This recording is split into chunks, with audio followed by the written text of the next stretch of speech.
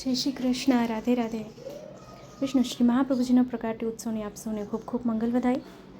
તો આજે આપણે મઠડી શ્રી મહાપ્રભુજીના ઉત્સવ પર શ્રી પ્રભુને વિશેષ રૂપથી મઠડીની સામગ્રી ભોગ ધરવામાં આવે છે. બુંદીના લાડુ, બુંદી ભોગ ધરવામાં ઘણી બધી સામગ્રી વિશેષ છે, નિયમથી આવે છે પ્રભુને. તો જેના માટે અહીંયા મેં મઠડીનો વિડીયો આપ સાથે શેર કર્યો છે, ફરી શેર કરી રહી છું. દૂધ ઘરમાં પણ શેર કર્યો છે. તો અહીંયા 1 કપ ખાલી મેં મેંદો લીધો છે. મેંદામાં 4 થી 5 ચમચી ઘીનું મોણ કર્યું છે. ગરમ ઘીનું મોણ કરવાનું છે,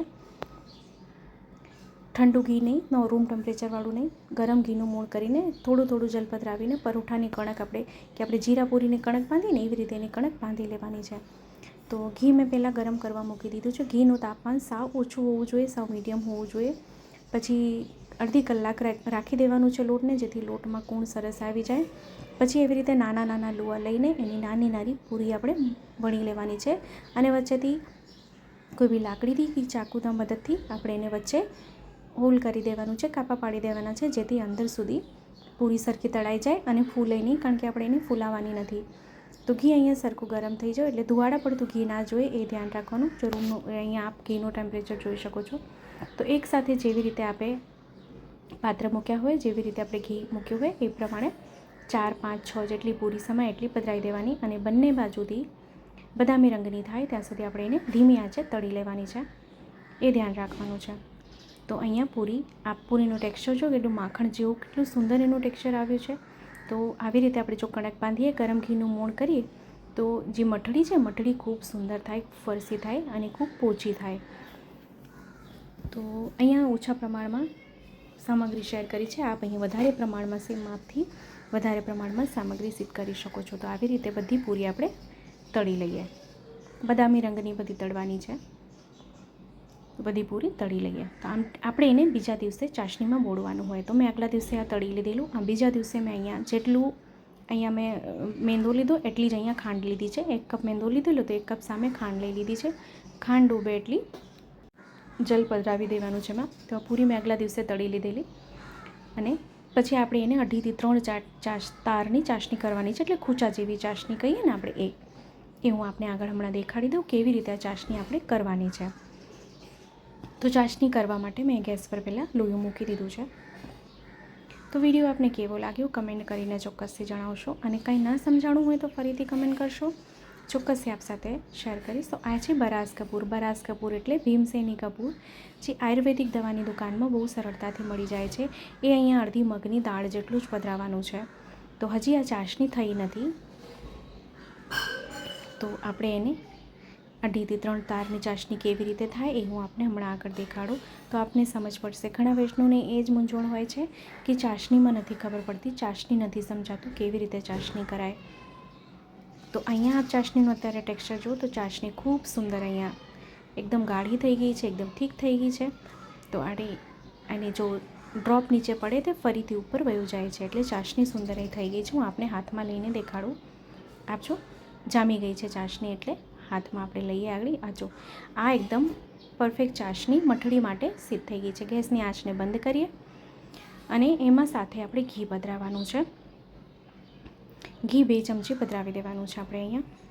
અને ઘી પધરાવ્યા પછી આપણે એને સરખું ઘૂંટવાનું છે. આ ચાસણીને ઘૂંટવી બહુ જરૂરી છે. ઘૂંટશું તો એ બુરાના રંગની થઈ જશે, એકદમ શ્વેત થઈ જશે આ. તો અને ચાસણી ગરમ હોય ત્યારે જ આપણે એને ઘૂંટવાનું. તો જો વિડીયો ગમે તો લાઈક કરશો, આપણા ગ્રુપમાં શેર કરશો, જેથી વધુ લોકો સુધી વિડીયો પહોંચે અને એને પણ વિડીયો ઉપયોગી થઈ શકે. ચેનલ પર નવા આવ્યા હોય તો ચેનલને સબસ્ક્રાઈબ કરશો, બેલ આઇકન હિટ કરશો, જેથી જ્યારે બી કોઈ વિડીયો અપલોડ કરું તો આપ સુધી નોટિફિકેશન આવી જાય. તો અહીંયા ચાસણીનું ટેક્સચર આપજો, એકદમ દૂધિયા રંગનું થઈ ગયું છે. હવે આપણે એક એક કરીને એમાં પૂરી બધી પધરાવી દઈએ, જે આપણે મઠડી કરી છે. અને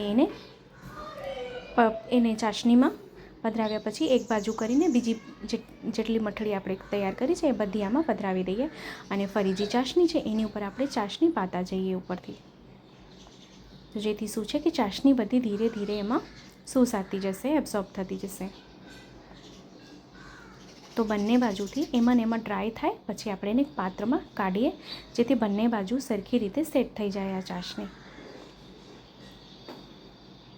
તો અહીંયા આપણે ઘીવાળું પાત્ર કરી લેવાનું અને એક મઠડી આવી રીતે પાત્રમાં થોડી થોડી દૂરી પર મૂકી દેવાનું, જેથી એકબીજામાં ચોંટી ના જાય.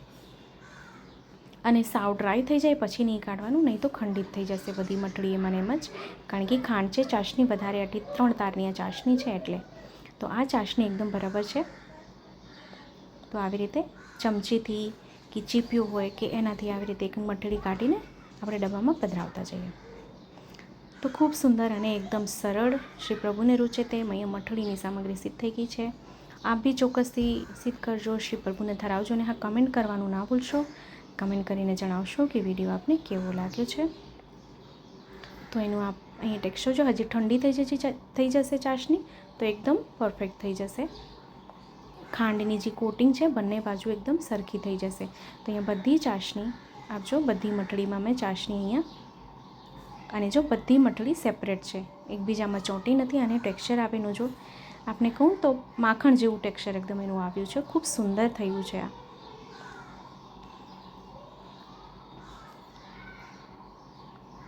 તો અહીંયા બધી મઠળી એક પાત્રમાં સાજે લીધી છે.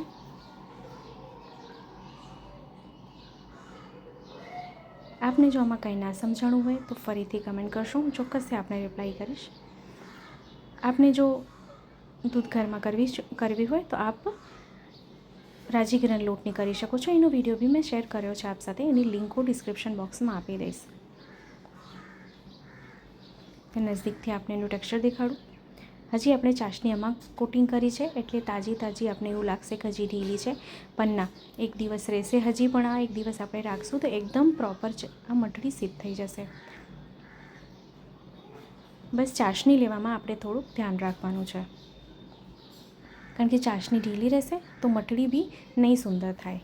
તો ચાસણી પરફેક્ટ થઈ હશે તો મઠળી ખૂબ સુંદર થશે. તો આપણે ફરીથી મળશું આવી રીતે જ નવા વિડીયો, નવી સામગ્રીની સાથે. ત્યાં સુધી આપ સૌને મારા જય શ્રી કૃષ્ણ.